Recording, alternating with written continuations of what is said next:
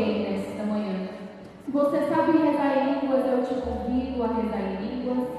Se você ainda não sabe, fala: vem Espírito Santo de Deus. Vem Espírito Santo de Deus inflamar este coração. Vem Espírito Santo de Deus transbordar da tua graça. Vem Espírito Santo de Deus incendiar este coração, incendiar os nossos corações nesta manhã. Vem Espírito Santo de Deus refazendo, recriando, fazendo de nós novas pessoas. Que o Senhor nesta manhã possa ser um profeta, que o Espírito Santo possa vir incendiar estes corações através do coração do Senhor, que foi incendiado primeiro pela palavra de Deus.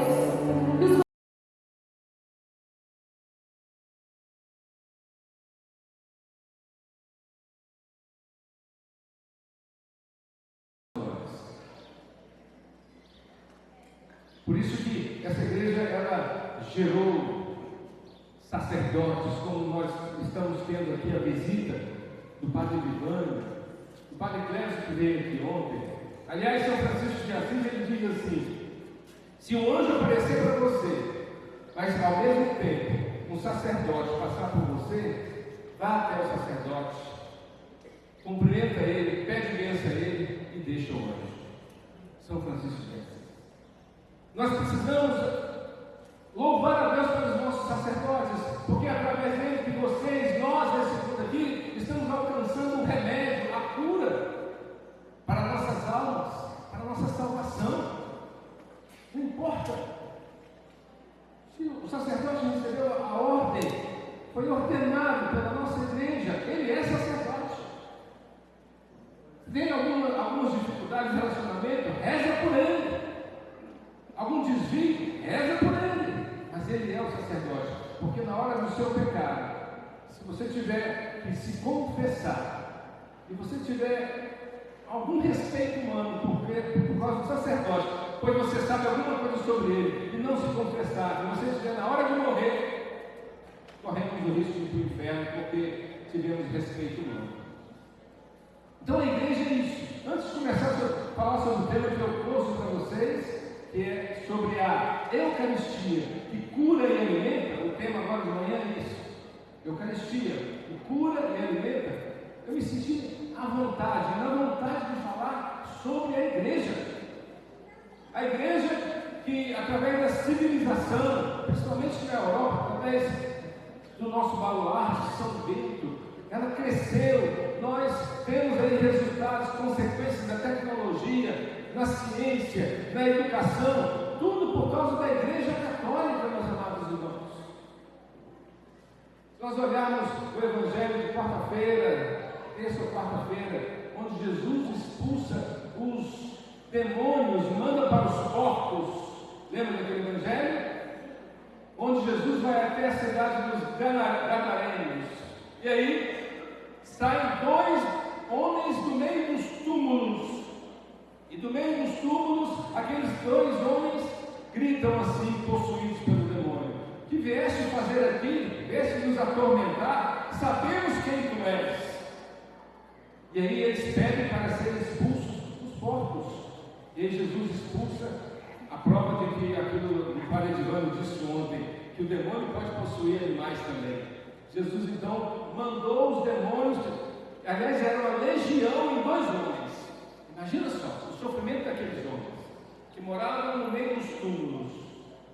E Jesus manda então aquela legião de demônio para os porcos.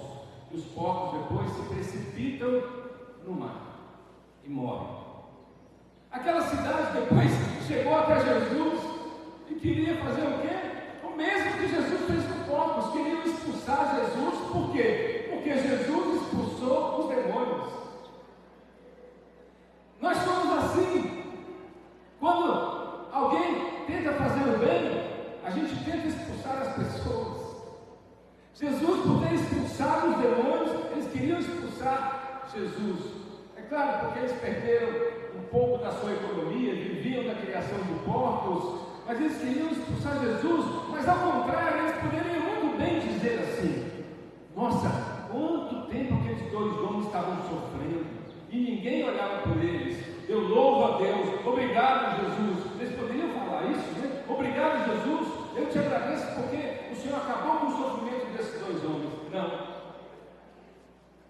se revoltaram. Começaram a maldizer Jesus, expulsar Jesus, porque Jesus, ele expulsou e salvou aqueles dois homens. A Igreja Católica é isso. Muita gente quer expulsar a Igreja Católica, muita gente entra na justiça contra a Igreja Católica porque ela faz o bem. Tenta expulsar a Igreja Católica, mas ela se mantém firme ao longo desses anos, de todos esses anos, porque ela é sólida. E o seu fundador, ele morreu e ressuscitou. A igreja é a vontade de Deus. Jesus, o próprio Senhor, quis a igreja. Então a igreja é divina. Ela não é uma ideia humana, não é uma vontade de ganhar dinheiro. Ela é uma ideia humana. Marcos Supeito fala assim: a igreja católica é a minha mãe. E eu tenho orgulho de ser filho dessa igreja. Eu tenho orgulho de ser católico. Eu tenho orgulho de ser batizado nessa igreja. Aplauda a sua igreja.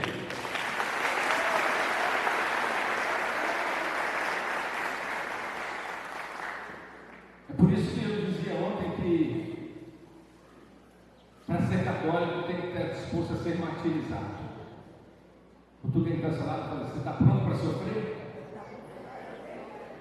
Está pronto para sofrer? Para ser católico tem que estar disposto a ser martirizado. Gente, a gente costuma olhar para, quando a gente fala assim: Jesus foi crucificado. Quando a gente fala na crucifixão de Jesus, a gente trata isso como se fosse um filme. Ele foi crucificado. Mas se nós olharmos bem, procurarmos pesquisar bem o que é uma crucifixão, Jesus passou por isso, Pedro passou por isso também, de cabeça para baixo. Uma crucifixão para os judeus, para os romanos, era um espetáculo. Nas arenas, o que eles faziam com os cristãos? Eles pegavam as mulheres grávidas, pegavam as crianças dessas mulheres e jogavam para quem? Para as feras, para os leões. E o povo na arena, aplaudiam. Ei. Som. E o povo na arena é igual quando nós torcemos, é igual quando nós torcemos para um time, para o Cruzeiro, né, gente? Quando a gente faz um gol, quando o Cruzeiro faz um gol, todo mundo, aquela multidão grita, quando o Atlético faz um gol.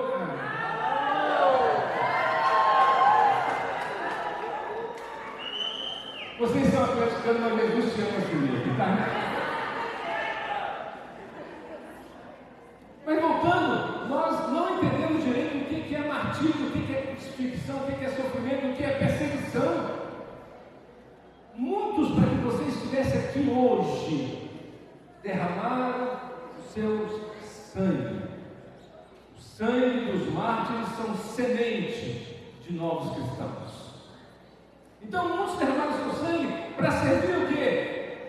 Servir de descontração para os outros. Os seus primeiros pais, os primeiros santos da sua igreja católica, apostólica romana, serviram de diversão para os outros, para que você estivesse aqui buscando a salvação hoje.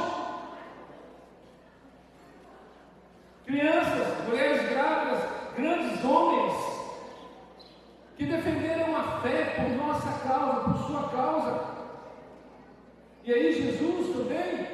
Vocês acham que os romanos, presta atenção no que eu vou te dizer agora, vocês acham que os romanos queriam matar Jesus e pronto? Não, eles queriam fazer com que Jesus estivesse morrendo, mas lentamente. Por exemplo, parece que é a 10ª estação da Via Sacra. 10ª estação da Via Sacra.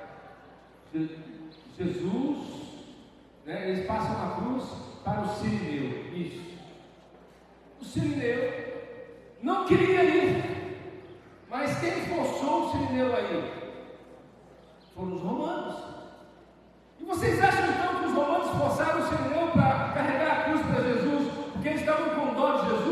Nó, tadinho, está cansado. Não, porque eles queriam alongar, esticar o sofrimento de Jesus. Olha que coisa. Então eles colocaram o sirineu para carregar a cruz, para que Jesus então sofresse mais, tivesse mais vertigem, cãibra, caísse. Não, vamos matar ele agora não. Então, ele não chegou lá em cima primeiro, então o sirineu carrega a cruz. Então esse era o conceito, era a cabeça dos romanos, dos judeus daquela época. A morte, o sofrimento de alguns era direção para outros. E aí, eles levam Jesus até o Monte Calvário, que tem, a etimologia é Monte da Caveira, porque era o lugar onde eles costumavam crucificar. Jesus ali morre, e eles jogam com a sua roupa, eles brincam. Jesus morre, e logo depois que ele morre, um grande tremor de terra, um barulho ensurdecedor, as nuvens se fecham para mostrar e onde eles mesmos proclamaram: ele era realmente o Filho de Deus. Ele é o Filho de Deus. Jesus é o Filho de Deus que veio para nos salvar. Aplauda esse Jesus tão amado, tão amado. Eu amo Jesus. Estou dizendo tudo isso.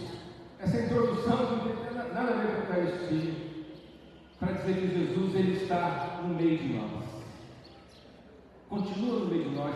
Ele quis continuar no meio de nós. Por isso eu tenho aqui mais ou menos agora uns 50 minutos, 1 hora para falar sobre a Eucaristia, sendo que 1 hora, 50 minutos para falar sobre a Eucaristia, meus irmãos. O Vaticano, de vez em quando, eles convocam um congresso eucarístico, eles ficam lá 1 semana no Vaticano, lá com o Papa, os bispos, os cardeais, dias para falar, para ter um congresso sobre a Eucaristia. E eu vou ter que falar sobre a Eucaristia 50 minutos, 1 hora. Porque falar sobre a Eucaristia neste tempo é somente pincelar, é somente nos dar uma noção, uma ideia da tamanha graça que nós temos na nossa igreja, que ninguém mais tem, só a nossa igreja tem a Eucaristia, ninguém mais tem. Foi dada a nós, foi dada a você católico, foi dada a você batizado, a graça de comungar o corpo e o sangue do nosso Senhor Jesus Cristo. Nós desvalorizamos, e nós relutamos para ir à missa, e nós dizemos: eu estou cansado. Não, gente, foi nos dada a graça somente a nós, batizados católicos, de comungar o corpo e o sangue do nosso Senhor Jesus Cristo. E nós não podemos menosprezar isso. Diz para quem está do seu lado. Fala para ele, olha para ele, fala assim: se você quiser amar e ser amado, muito mais amado, muito mais amado, preste atenção nessa pregação. Pega comigo então o Evangelho de São João capítulo 6.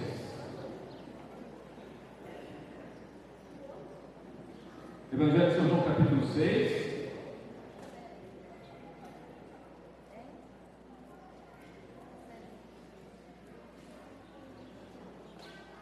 Versículo 56.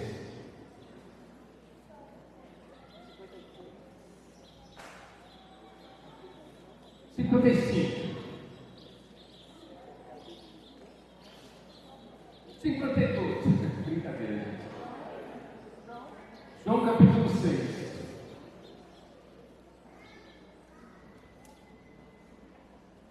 Mas se bem que do 52 até o 56, esses textos vão nos fazer entender melhor. João capítulo 6, versículo 52 diz assim: em verdade eu lhes digo, se não comerdes a carne do Filho do Homem e não beber o seu sangue, não tereis a vida em vós. Versículo 54: quem come a minha carne e bebe o seu sangue tem a vida eterna. Versículo 55: pois a minha carne é verdadeiramente comida, o meu sangue é verdadeiramente bebida, e quem come a minha carne e bebe o meu sangue permanece em mim e eu nele. 37. Pois assim como o Pai me enviou e vive, eu vivo pelo Pai. Também aquele que de mim se alimenta, viverá por mim. Aquele que de mim se alimenta, viverá por mim. 58 para encerrar. Este é o pão vivo, descido do céu. Ele não é como o que os vossos pais comeram e pereceram. Quem come este pão, viverá eternamente. Por que eternamente?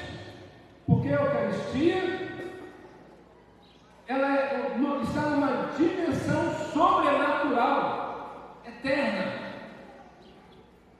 Então, Jesus não está dizendo, quem come deste pão, viverá até passar o efeito do alimento que você comeu.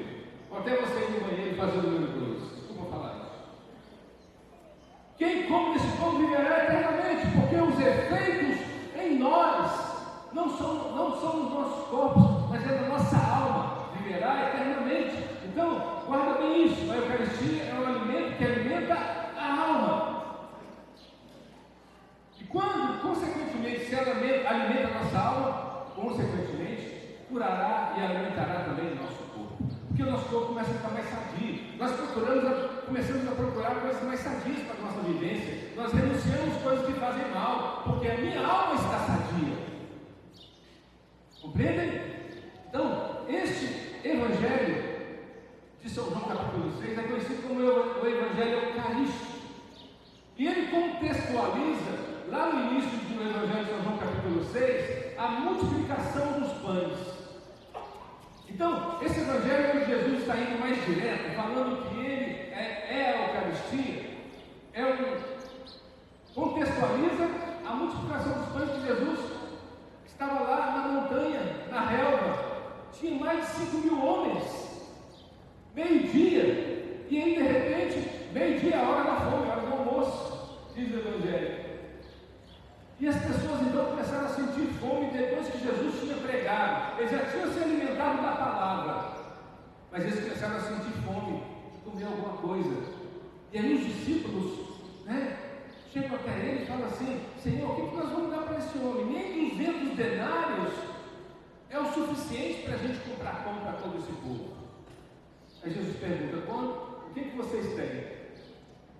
5 pães e 2 peixes. Põe aí no cesto aí. Jesus então faz uma oração.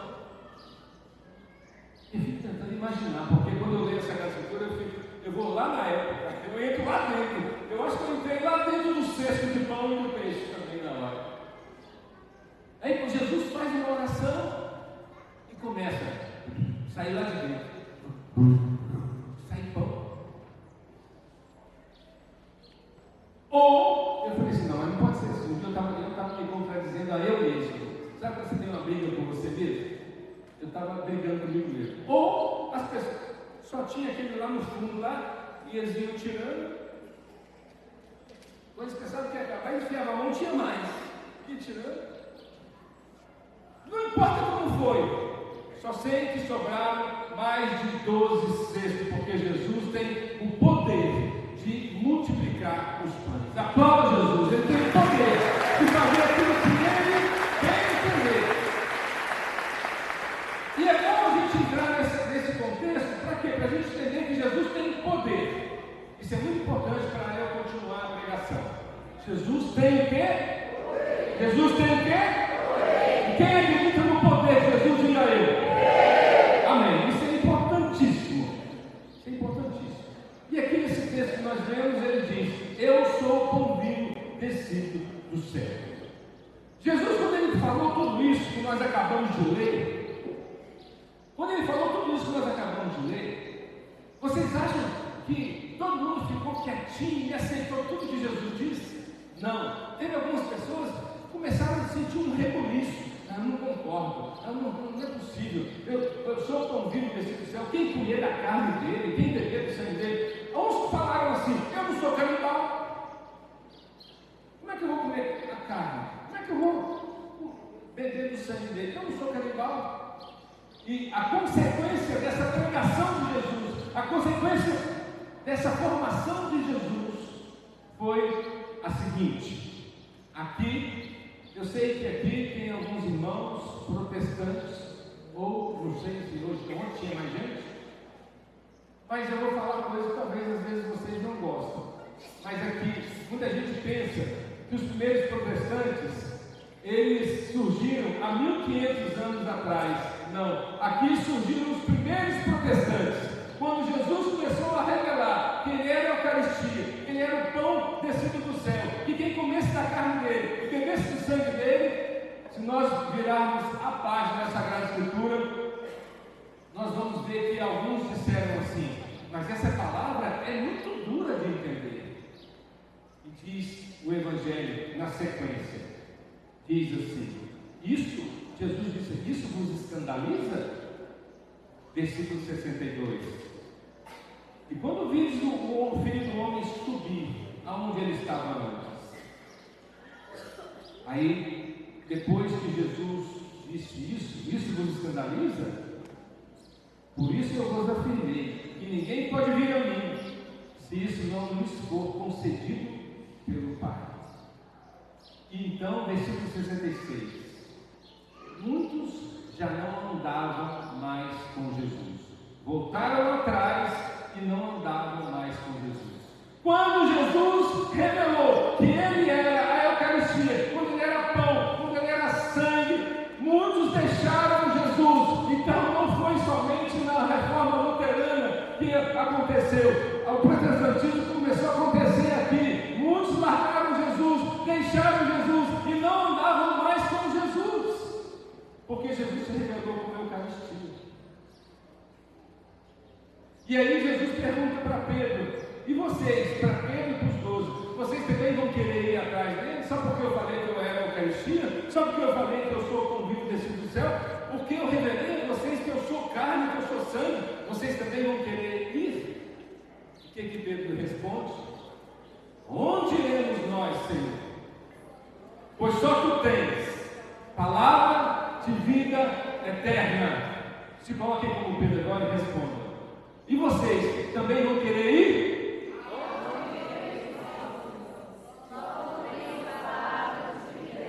Fala, Pedro. Vós também quereis ir? Aonde iremos? Só tu tens palavra de vida eterna. Aplauda Jesus mais uma vez.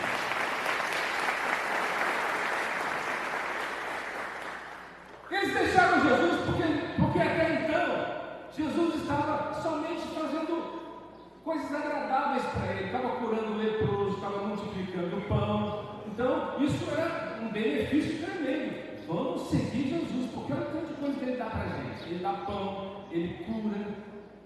Mas quando Jesus fala que Ele é corpo, que Ele é sangue, quando Ele começa a apertar na formação, e isso acontece conosco, quando a gente começa a perceber que a formação está sendo um pouco mais exigente, quando começa a se revelar coisas mais sólidas, difíceis de compreender, é por isso que muita gente gosta, e nós gostamos de realizar esse encontro de cura e libertação. E é por isso que muita gente cai aqui num redil e vem para o encontro de cura e libertação para ser curado e acaba tendo que ouvir uma pregação sobre a Eucaristia, uma pregação formativa, porque a gente tem que aproveitar esses momentos. Então muitos seguiam Jesus porque Jesus estava curando, estava multiplicando os pães, estava purificando. Então era bom, era legal demais, estava de boa. Mas quando Jesus começa a fazer formação sólida, quando Jesus começa a fazer pregações difíceis, que vai exigir de nós uma renúncia, uma mudança de vida, muitos já não vêm mais para o Kairos. Ah não vou para o Kairos não. Eu vou lá para Curais, eles ficam falando de coisas que me exigem a conversão. E eu vou ter que ouvir lá que eu tenho que me converter, que eu sou safado sem vergonha. Eu vou para o Kairos e eu vou ter que entender que eu tenho que buscar santidade? Não. Eu tenho certeza que se aqui nós não colocássemos o nome de Kairos de cura e libertação e colocássemos assim, formação sobre a bioética, né? A defesa da vida estava minguada. Sim ou não?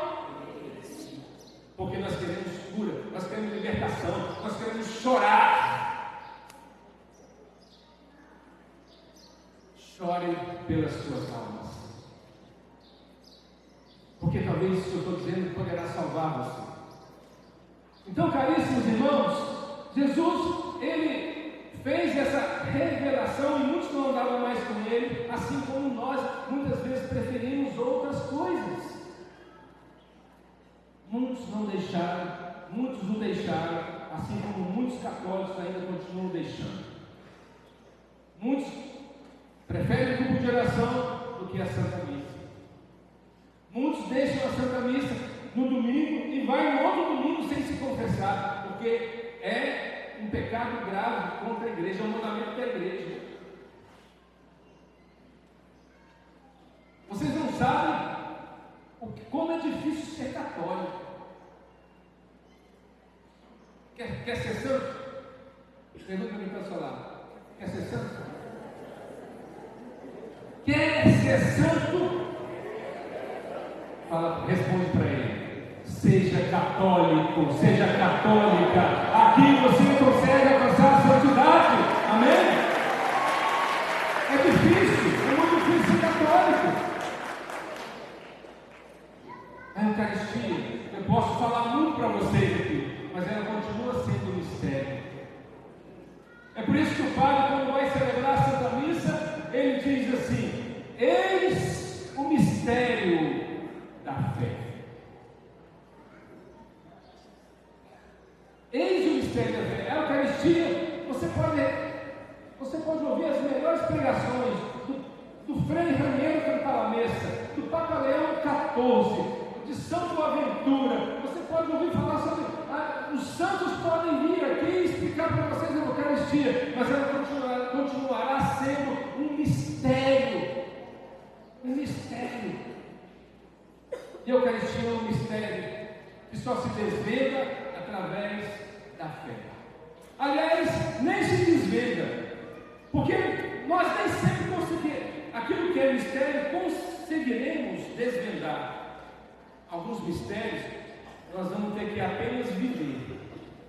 Não consegue desvendar o mistério? Viva o mistério! Eis o mistério da fé. Se eu não consigo entender, desvendar, explicar o mistério, basta-me viver o mistério, porque ele continua sendo mistério da fé. A carta aos Hebreus vai dizer, capítulo 11, que a fé é a esperança naquilo que você ainda não viu. Então, se eu tenho dúvidas sobre o mistério, resta-me o que? Então, ter fé. E o que é ter fé? É ter esperança naquilo que não se vê. Carta aos Hebreus, capítulo 11. Fé é a esperança naquilo que não se vê. Ou seja, eu estou diante da Eucaristia, e esse senhor aí, o Elton, está falando que Jesus está na Eucaristia, mas eu não estou vendo Jesus na Eucaristia, eu não estou vendo. Ora, então tenha fé, viva a fé, compreende? Porque a fé é a esperança naquilo que a gente não vê com os nossos olhos. Eu estou vendo um pão, eu estou vendo a Eucaristia, uma coisa branca, mas eis o mistério da fé. E a fé é a esperança daquilo que não se vê. Nós estamos acostumados a acreditar somente naquilo que nós vemos. Nós estamos acostumados somente em acreditar naquilo que nós tocamos. Nós estamos acostumados somente a acreditar naquilo que nós pegamos, abraçamos. Mas é por isso que Jesus, quando entrou lá em São João capítulo 20, estando as portas fechadas, Tomé não estava acreditando. Jesus entrou com as portas fechadas. E depois que ele revelou, mandou colocar as mãos nas suas chagas, Jesus disse assim: bem-aventurados, benditos são aqueles que creem sem ter visto. Se você acredita na Eucaristia, sem mesmo ver Jesus, a barba dele, o cabelo dele, bem-aventurados sois vós, sois vocês, sou eu, que acreditamos sem ver, mas acreditamos pelos olhos da fé. É Jesus na Eucaristia, e esse Jesus na Eucaristia não deixa de ser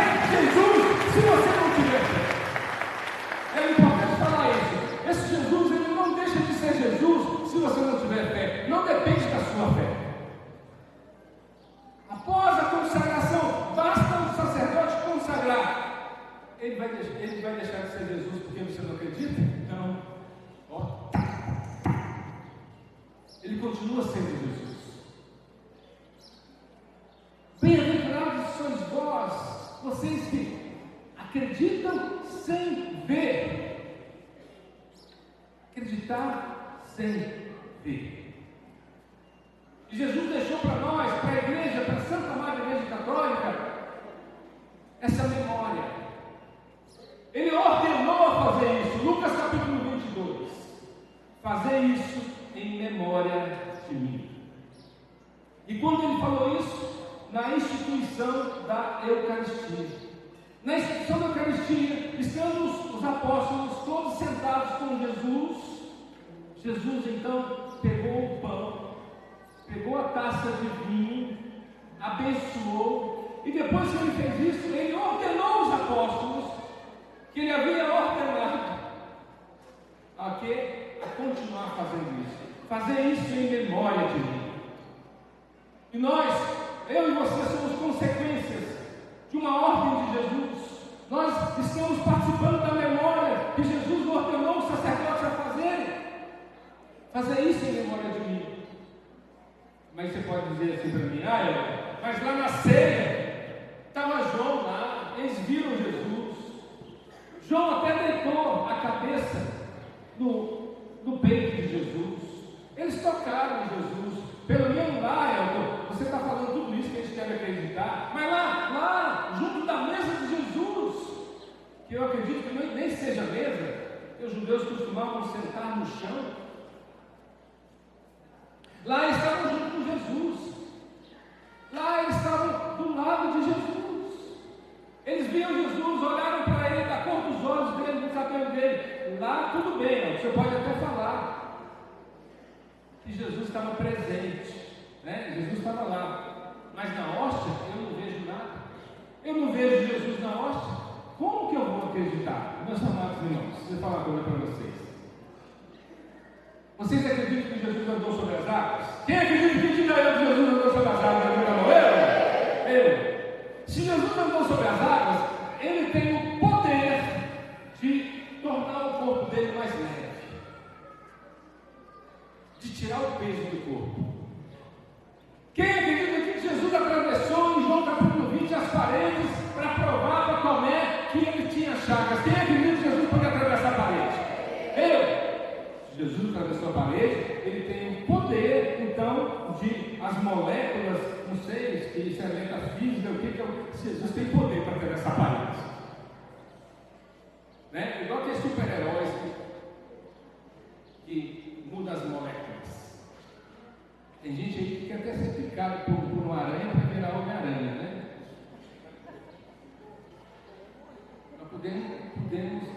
Nós podemos comungar da Eucaristia para nos tornar santos. Amém? Amém? Amém? Não, a aranha não é nada perto da Eucaristia. Você acredita então que Jesus pode multiplicar os pães? Quem acredita, diga eu. Quem acredita que Jesus pode ressuscitar os mortos? Diga eu. Como ressuscitou Lázaro, né?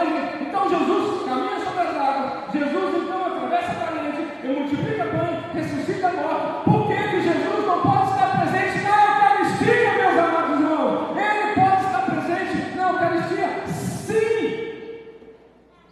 Entendeu onde é que vai a sua fé? Eu acredito em penhor de coisa, mas não acredito em tudo. Você que fala que acredita em tudo, mas não acredita em nada. Jesus pode fazer, sim, se fazer presente na Eucaristia. Ele é o Deus do impossível. Vários vezes falam assim: o meu Deus é o Deus do impossível. Sem contar que tem uma explicação sobre, eu não quero entrar nisso, sobre a aparência, que significa acidente, e também sobre a substância, que é a identidade. Nós vimos somente a aparência, que é o acidente. Nós não enxergamos a substância, que é a nossa identidade. Nós não conseguimos enxergar isso. Então, é o mistério da fé, onde Jesus se torna real na Eucaristia. Real na Eucaristia. Jesus está presente em outros lugares, Jesus está presente na igreja evangélica, na igreja protestante. Jesus está presente em outro lugar? Está. Mas Jesus está presente, não totalmente. Tanto é que muitos podem dizer assim: Ele está no meio de nós. Nós não respondemos isso na Santa Missa? Ele está no meio de nós. Repita comigo: Ele está no meio de nós. Jesus pode estar nesses lugares? Pode, porque Ele é Espírito. É um Deus Espírito.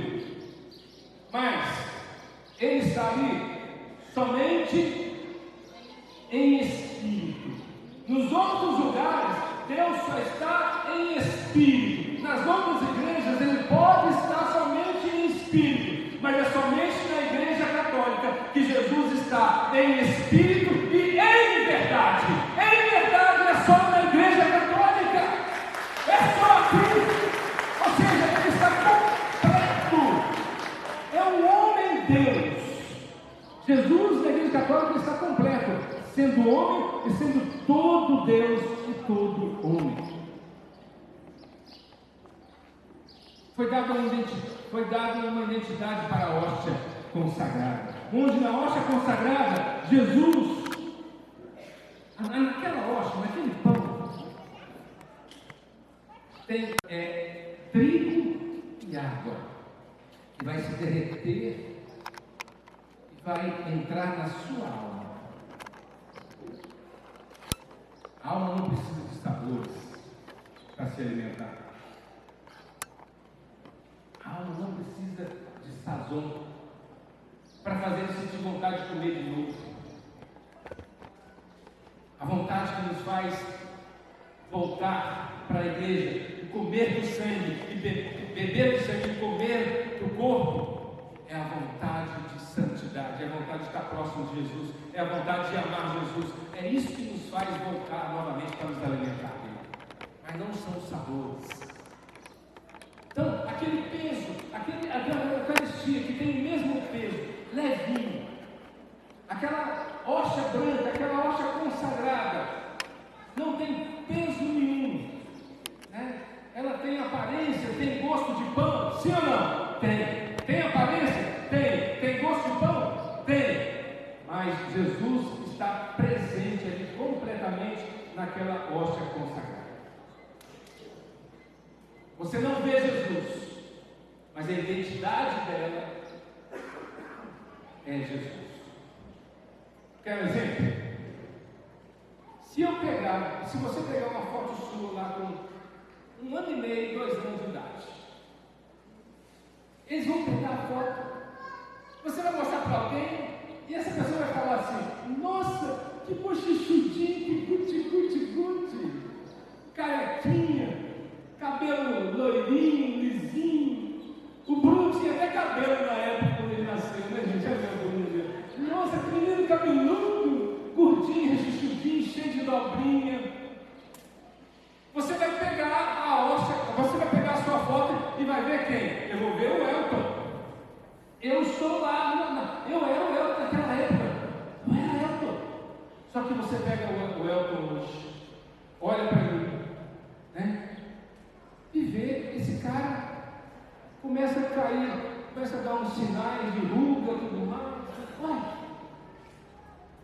tem nada a ver com o Elton, mas eu sou o Elton, porque a minha identidade, meu DNA, as minhas digitais são as mesmas que estavam naquele bebê, só que eu estou com a aparência mudada, mas interiormente, a identidade, a minha essência é de Elton. Jesus é a mesma coisa. A essência de Jesus na hóstia consagrada é de o próprio Senhor Jesus. A aparência é diferente, mas Ele é Jesus presente na hóstia consagrada. Amém? Aplauda, é isso, pronto, acabou. Acabou. Não precisa de outra explicação. Se você não entendeu, o problema é seu. Pergunta para o seu lado, você entendeu? Ou permanece anta? Ou você prefere permanecer na anta? Olha para você hoje, como você está. Mas será que você não é aquele que na sua foto você tinha 1 ano e meio?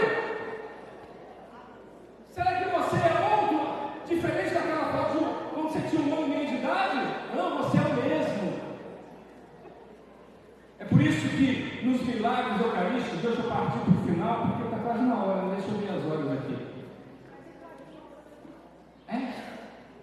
É por isso que nos milagres eucarísticos da Igreja Católica,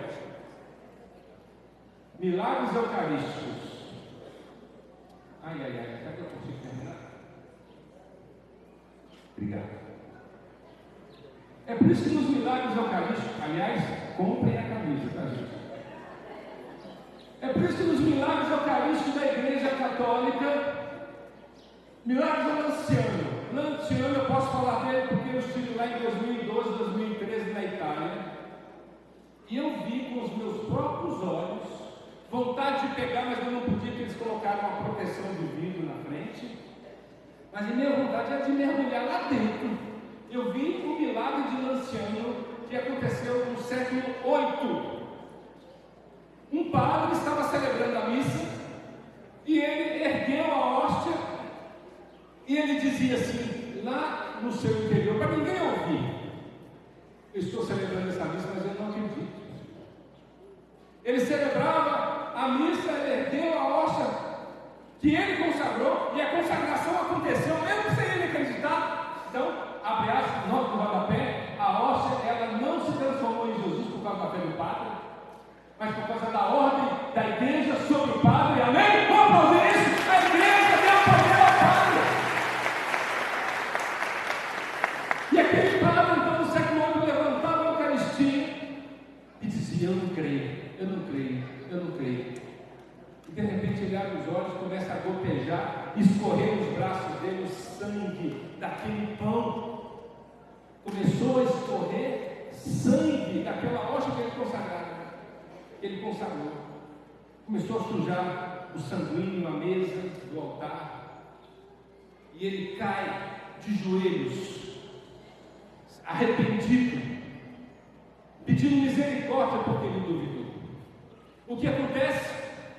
Ao mesmo tempo, a taça de vinho que se transformou em sangue, ele coagula, endureceu. E foi isso que eu vi lá em Lanciano, lá na Itália, quando eu fui em 2013. 5 bolotas coaguladas de sangue, 5. E lá no pão, Jesus também um pedaço de carne. Não era mais pão, não era branco mais, vermelho, um pedaço de carne. Isso no século VIII, até hoje não mofou, o tempo não estragou, está lá até hoje, porque lá, quem está lá é Jesus. Meus amados irmãos, e os pesquisadores da NASA pediram à igreja para fazer análises. Os pesquisadores da NASA, então eles pegaram um pedaço, uma bolota coagulada de sangue, arrumaram uma balança de última geração, de ultra precisão, colocaram de um lado uma bolota desse tamanho e colocou outro pezinho lá, um peso. Pegaram o segundo pedaço de carne coagulada, de sangue coagulado, menor do que a maior. Ou seja, se o maior tem a mesma consistência e é maior, consequentemente deveria ser mais pesado. Quando eles colocaram o menor, consequência, o que eles viram? Tinha o mesmo peso da grande. Pegaram uma pequenininha, minúscula, coagulada também, colocaram na balança. Resultado, tinha o mesmo peso das outras duas. Pegaram a última, colocaram que tinha o mesmo peso das outras 3. Consequência, o que eu quero dizer para vocês? Que quando o sacerdote, ele parte a partícula, quando nós comungamos as outras pequenas partículas, se cai algum farelo no chão, Jesus está presente totalmente, até nos fragmentos, totalmente, porque Jesus está presente na Eucaristia, meus amados irmãos. É isso.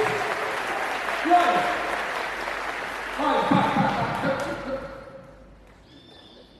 eles continuaram fazendo as análises. Pegaram o sangue, um pedacinho minúsculo. Qual o tipo sanguíneo que deu?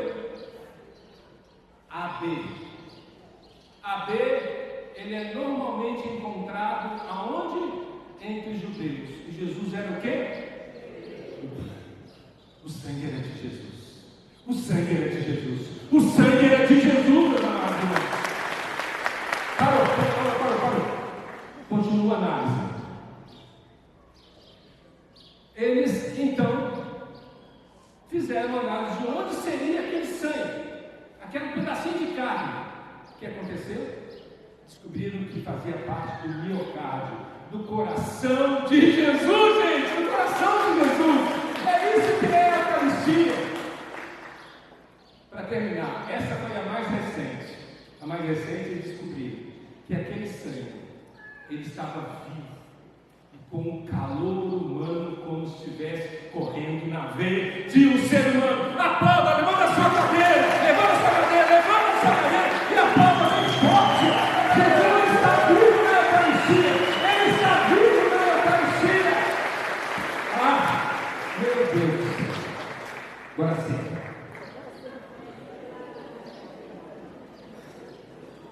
Milagres eucarísticos. Jesus está tão vivo na Eucaristia, ele é alimento e é cura para nós. Lola, Rio Pomba, Minas Gerais. Quem conhece Rio Pomba, levanta a mão. Então vocês devem saber disso. Lá viveu uma mulher chamada Lola, lá em Rio Pomba, Minas Gerais. Ela viveu por 60 anos. 60 anos apenas se alimentando da comunhão, da Eucaristia. Aí você pode pensar assim: então o padre consagrava, pegava um punhado, 1,5 kg e dava para ela comungar. Não, ela comungava uma hóstia quando tinha missa por dia. Quando não tinha, ela ficava sem comungar. E ela viveu 60 anos somente comungando da Eucaristia. Pensa bem nisso. Ela tinha um peso quando ela ficou doente. Ela tinha um peso, vamos colocar de 50 quilos. Até a morte dela, ela morreu também com 50 quilos. Significa que Jesus manteve o corpo, manteve a saúde dela até o final do ano. Aplauda isso, porque é o poder da nossa igreja. Maria, caríssimos irmãos. Martha Rubem, da França, viveu 53 anos. Não foi só uma pessoa que viveu na Eucaristia. Martha Rubem, da França, viveu 53 anos também na Eucaristia. E Martha Rubem era o seguinte: ela teve um problema no esôfago, aqui na garganta, onde ela não conseguia fazer assim com a língua. Ela não conseguia ingerir. Olha para mim, presta bem atenção nisso. O padre, como ela não conseguia fazer engolir, ingerir, ela conseguia somente, com muita dificuldade, abrir a boca. O padre, quando aproximava da boca, Jesus fazia assim, voava para dentro da boca dela, como se fosse uma sucção. Jesus queria estar ali. Jesus queria estar ali. Então, é como se uma distância da mão do padre, saía do dedo do padre e voava para dentro da garganta dela. Fala para quem está ao seu lado: você está na igreja certa, na igreja verdadeira. Na igreja verdadeira. Vai dizer Santo Agostinho, ele vai perguntar para nós assim: por que Jesus se esconde na Eucaristia? Para ser procurado. Eu não vejo Jesus na Eucaristia.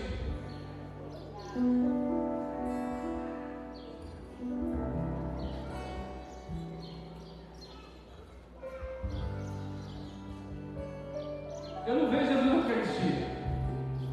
Você não vê porque não procura. Santo Agostinho vai dizer: Jesus se esconde dessa forma, no véu, para ser procurado, só isso. Ele quer ser procurado por você, por mim.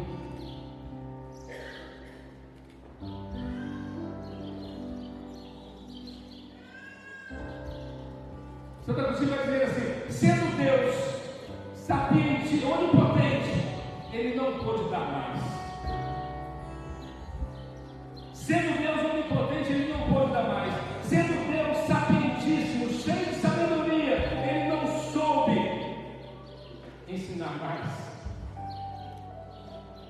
Santo Agostinho continua dizendo assim: sendo Deus riquíssimo, ele não teve como dar mais.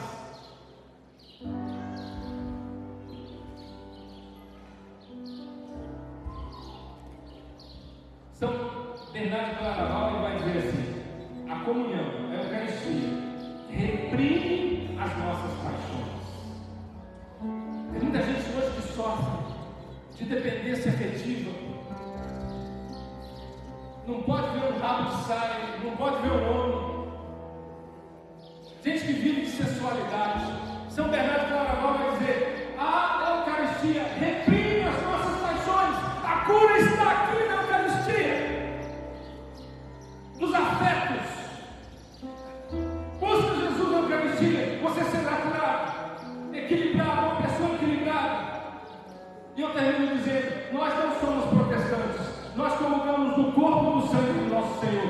Protestante, se quiser comer, ele tem que ir na padaria do São Manuel. Lá eles compram suco, eles compram pão, mas nós não. Nós comemos do corpo e do sangue do nosso Senhor Jesus Cristo.